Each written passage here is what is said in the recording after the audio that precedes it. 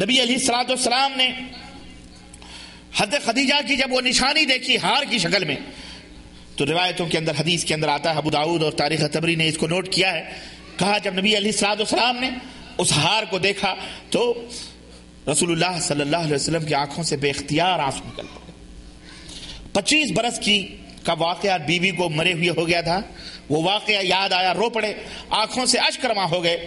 پھر رحمت عالم صلی اللہ علیہ وسلم نے اپنی ڈبڈبائی ہوئی آنکھوں سے صحابہ کرام سے فرمایا، لوگو اگر تمہاری اجازت ہو تو بیٹی کو ماں کی یادگار واپس کرو، اگر تمہاری اجازت ہو تو بیٹی کو ماں کی یادگار واپس کر دوں۔ تمام صحابہ نے بیک زبان ہو کر کے کہا کہ سر اطاعت تسلیق خم ہے یا رسول اللہ، آپ جو چاہیں کر لیں، ہمیں کوئی اعتراض نہیں ہے۔ چنانچہ رسول اللہ صلی اللہ علیہ وسلم نے یہ ہار دوبارہ اپنی بیٹی زینب کو واپس کر دیا۔ اور ایک دفعہ ام المومنین حضرت ام سلمہ رضی اللہ تعالی عنہا نے رسول اللہ صلی اللہ علیہ وسلم کے سامنے سیدہ طاہرہ خدیجہ الکبریٰ رضی اللہ تعالی عنہا کا ذکر فرمایا۔ حضرت خدیجہ الکبریٰ کا ذکر سنتے ہی آپ صلی اللہ علیہ وسلم تڑپ اٹھے، دل بے قرار ہو گیا اور آنکھوں سے بے ساختہ آنسو جاری ہو گئے۔ حضرت عائشہ رضی اللہ تعالی عنہا فرماتی ہیں کہ رسول اللہ صلی اللہ علیہ وسلم کی کسی بیوی پر مجھے رشک نہیں ہوا جتنا مجھے رشک خدیجہ الکبریٰ کے اوپر ہوا ہے۔ میں رشک کرتی تھی خدیجہ الکبریٰ پر۔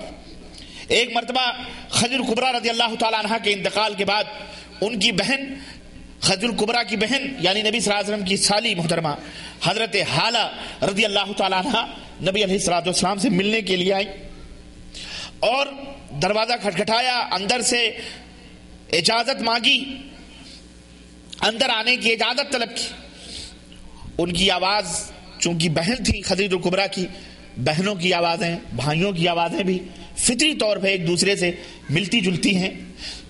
ابھی ان کی آواز نکلی تھی دروازے پر، خدیجہ الکبریٰ کی آواز ان سے ملتی جلتی تھی۔ نبی علیہ الصلوۃ والسلام، ام المومنین عائشہ صدیقہ کہتی ہیں کہ میرے پاس تھے نبی صلی اللہ علیہ وسلم، آپ کے کان میں ان کی آواز پڑی، ان کا پڑھنا تھا کہ حضرت خدیجہ کی یاد آئی اور آپ فوراً اٹھ کر کے کھڑے ہو گئے اور فرمایا دروازہ کھول دو، مجھے لگتا حالہ آئی ہوئی۔ حضرت عائشہ رضی اللہ تعالیٰ عنہ کہتی ہیں، اے اللہ کے نبی، ایک بڑھیے کو یاد کر کے آپ اتنا روتے ہیں؟ آپ کو ایک بڑھیے سے اتنی محبت ہے؟ میں آپ کے پاس موجود ہوں، جوان ہوں، آپ اس بڑھیے کو یاد کرتے ہیں؟ آپ کو اللہ تعالیٰ نے اس سے اچھی اچھی بیویاں دی ہیں۔ الاستیعاب کتاب ہے، اس کے اندر نبی علیہ الصلوۃ والسلام نے جب یہ بات سنی تو اللہ کے نبی نے فرمایا نہیں، ہرگز نہیں، اس سے اچھی مجھے کوئی بیوی نہیں ملی، ہرگز نہیں۔ وہ تھی عائشہ، تم کو نہیں معلوم ہے، وہ تھی جب پورے مکے کے لوگ مل کر مجھے جھٹلا رہے تھے تو وہ تنہا میری تصدیق کر رہی تھی، میری تصدیق کر رہی تھی۔ جب لوگ کافر تھے، اللہ کا انکار، میرا انکار کرتے تھے، وہ اکیلی میرے اوپر ایمان لائی ہوئی تھی، اس نے اسلام قبول کیا تھا۔ وہ تھی جب مکے کے لوگ اور پوری دنیا مل کر کے میری بربادی چاہ رہے تھے، میرا سہارا نہیں تھے، وہ اکیلے اتنے طرح میری مددگار تھی۔ اس کی طرح کون ہو سکتا ہے؟ اسے ام المومنین عائشہ سے خدیجہ الکبریٰ رضی اللہ تعالی عنہا کو یاد کر کے نبی علیہ السلام اس طرح سے اکثر و بیشتر رویا کرتے تھے جب بھی ان کا تذکرہ آتا۔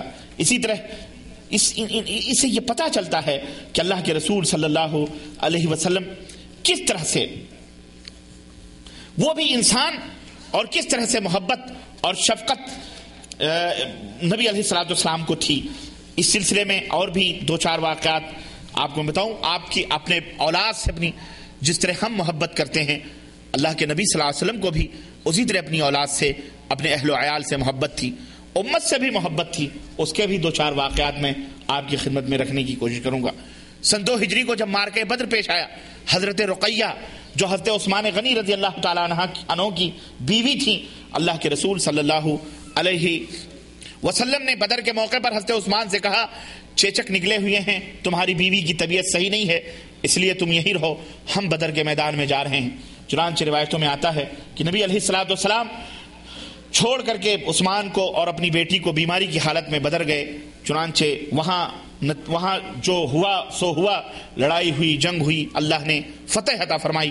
لیکن جب مدینے کے اندر صحابی فتح کی خوشخبری لے کر کے آ رہے ہیں، وہ اس وقت وہ عالم تھا کہ مدینے کے لوگ حضرت رقیہ کو دفنانے کی تیاری کر رہے تھے. حضرت رقیہ کو دفنانے کی تیاری کر رہے تھے. اور جب رسول اللہ صلی اللہ علیہ وسلم کو رقیہ کے وفات کی اطلاع ملی تو آپ کی آنکھوں سے آنسو جاری ہو گئے اور بے اختیار رو پڑے. پھر جب آپ مدینہ واپس آئے تو رقیہ کی قبر پر تشریف لے گئے اور سرہانے کھڑے ہو کر آپ نے ارشاد فرمایا، رقیہ، عثمان بن مظعون جا چکے ہیں، تم بھی ان سے جا ملو. نبی علیہ السلام کا اور یہ عثمان بن مظعون وہ تھے، نبی علیہ السلام ان سے بڑی محبت کرتے، ان کی وفات ہوئی. اللہ کے رسول صلی اللہ علیہ وسلم کی جب یہ آواز سنی تو عورتوں میں کوہرام مچ گیا، ایک طرح سے کوہرام مچ گیا.